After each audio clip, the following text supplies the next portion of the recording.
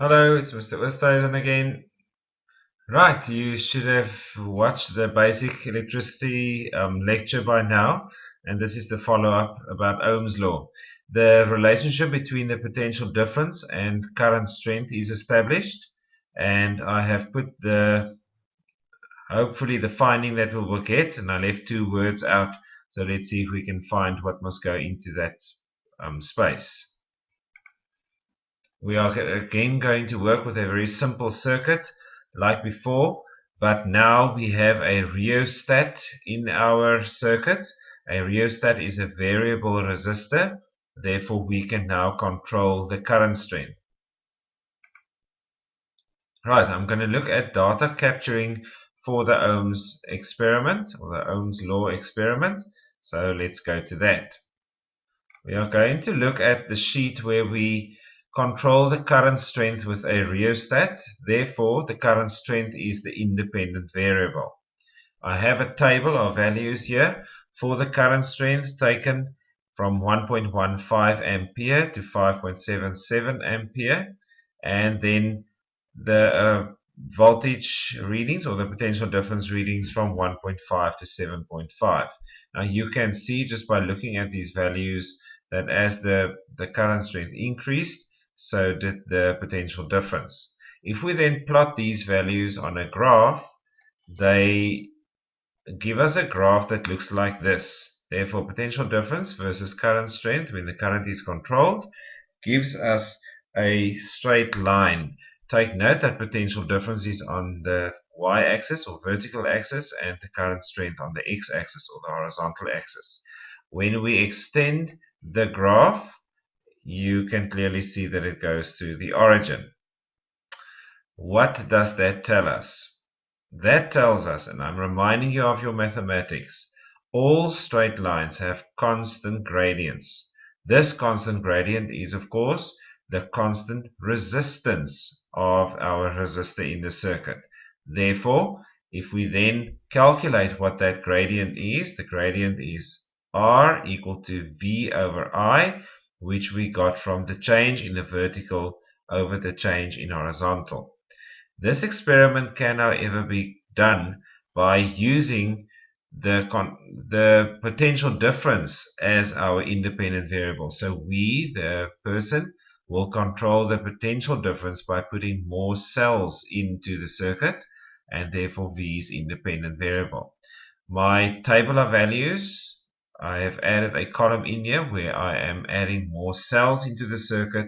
That will in turn increase my potential difference and therefore my corresponding current strength readings. If I now plot a graph, the graph looks very similar, but in this one, my potential difference is the independent variable going on the horizontal axis at the bottom, and my current strength is my dependent variable going on the vertical axis. Plot the points, and again you see that it is a straight line. If we extend that line, it goes through the origin. Right, so the conclusion from this is, remember again, all straight lines have constant gradients, and this constant gradient now is 1 over r. So the graph is 1 over r. Why? Because the gradient is calculated from I over V. The change in the vertical over the change in horizontal is the change in current strength over the change in potential difference. If you then take the reciprocal of this, both sides, you get that R equals V over I, which is exactly the same as the previous one. That then brings us to, what is the Ohm's law conclusion? Well, we established the relationship between potential difference and current strength. That is what we investigated.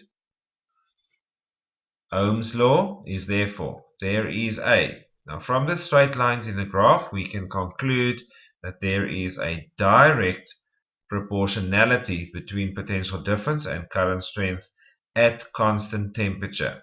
Therefore, we say it is an ohmic relationship. If the temperature is not constant, we get a non-ohmic relationship. which is not a straight line. Just quickly looking at that, it will be something like this. In a non-ohmic relationship, we do exactly the same experiment, but please never say that it is an inverse or indirect relationship. That will lead us to hyperbolus. This is not a direct proportionality. That is what you would say for a non-ohmic resistor. And why is this happening? Because the temperature changes of such a resistor. So again, the same type of experiment, but as you can see, your potential difference is increasing quickly compared to the previous ones where they had a direct increase. So the resistance will still be equal to the gradient, but in this case, the changing gradient will be there because of the changing temperature. How do we get this?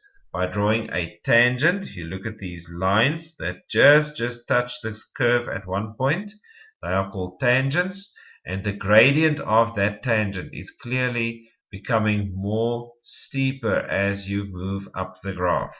Therefore, for a non-ohmic resistor, the potential difference is not directly proportional to the current strength since the temperature increases.